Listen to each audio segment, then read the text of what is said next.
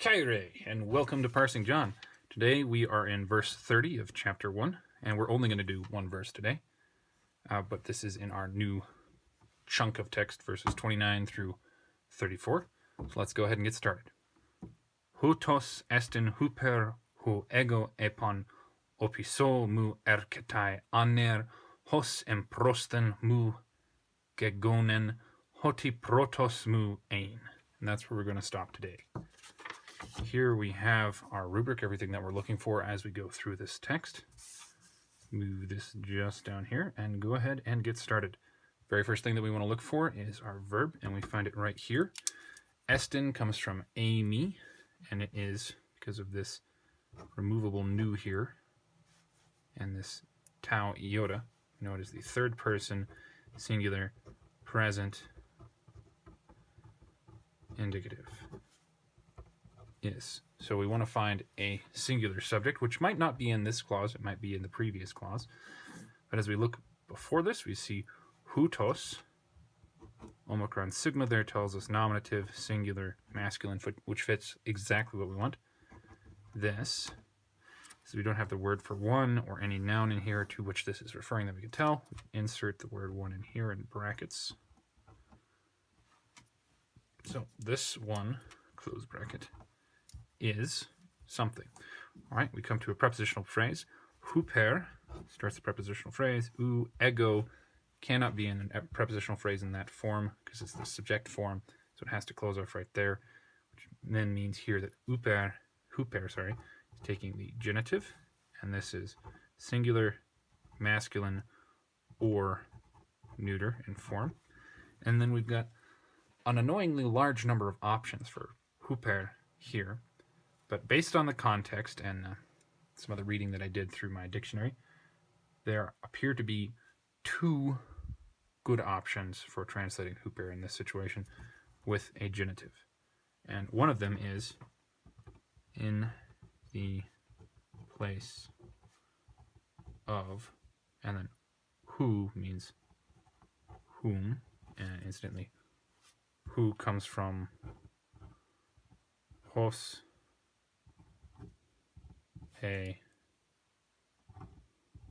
ho, our relative pronoun.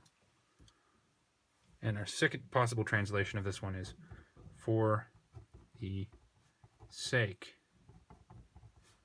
of who. Now, further context in here will give you an idea of why I picked these two out of the plethora of options to be the ones I think most likely. Ego is nominative singular. It doesn't have a gender. It's used by everybody. I, epon. This comes from lego, ero, epon. Omicron nu right there is third person. No, not third. It could be third person plural or first person singular. So we should technically write both of those there.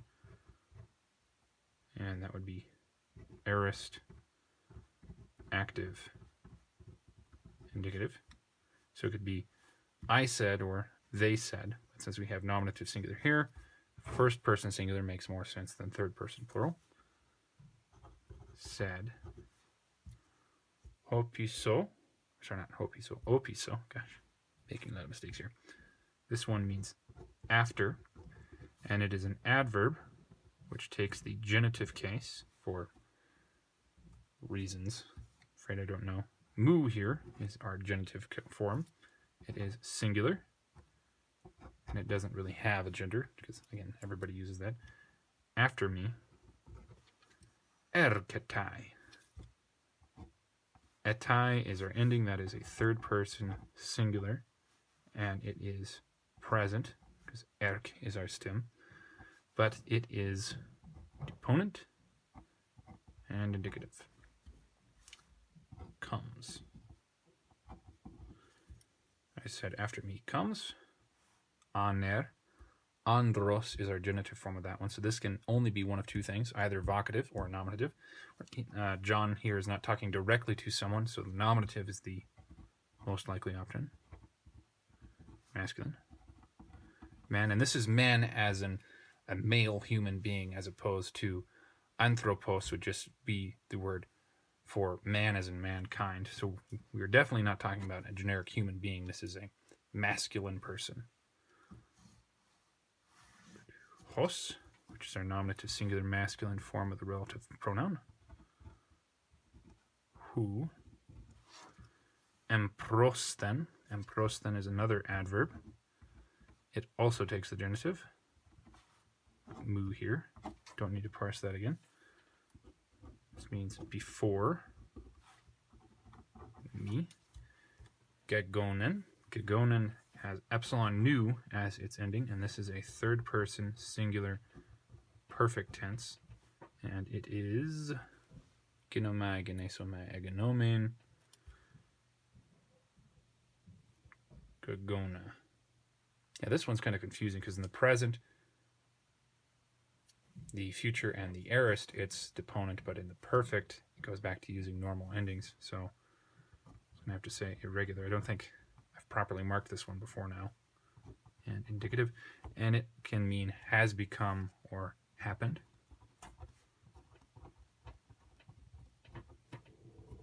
Or technically became. Happened is not a very sensible one for our context here. So we've got a comma here, so let's go back to here. I said comes after me, a man who has become or became before me. Moving on. Hoti.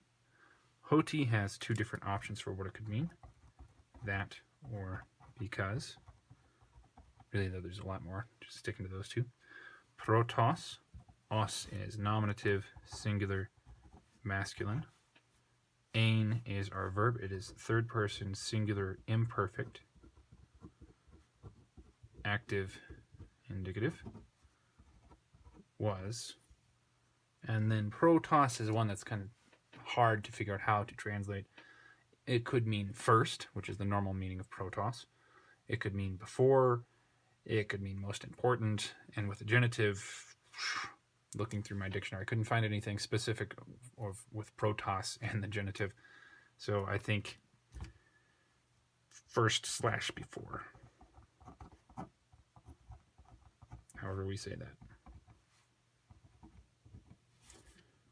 And there we go on the entire sentence. Let's see what it is in full. This one is, we should probably say, this is the one for the sake of whom, or in the place of whom. For the sake of sounds better, honestly. I said, he comes, or a man comes, after me, who became before me, because he was first before me. Something along those lines. Again, not sure what to do here. We're stuck with it. Now, let's take a look at any nouns without articles. Okay, we've got aner, which is, as you can see, no noun here. Let's apply our rule to it, see what happens. So we could say a man, an indefinite man, or man with a more specific idea, but no article. Let's go through both options. This is the one for the sake of whom I said, a man comes after me, who became before me. Or, this is one for the sake of whom I said, man comes after me, who became before me. Now, the translation with the indefinite article sounds a little bit better, but the word I can't think of is not present here. We don't have as much of an issue here with any idea of what's going on. If we use the article or we don't use the article here, it doesn't change the meaning of it very much. John, quite clearly from before, we know, was talking about a definite Messiah coming, but he was not talking about at the time, a certain person of whom they were well aware until Jesus actually showed up. So, no issues here. Looking ahead, we have no other nouns where this could be an issue, which means we are done. Thank you very much for joining me. I hope taking a look at this verse has been informative for you, and have a good day.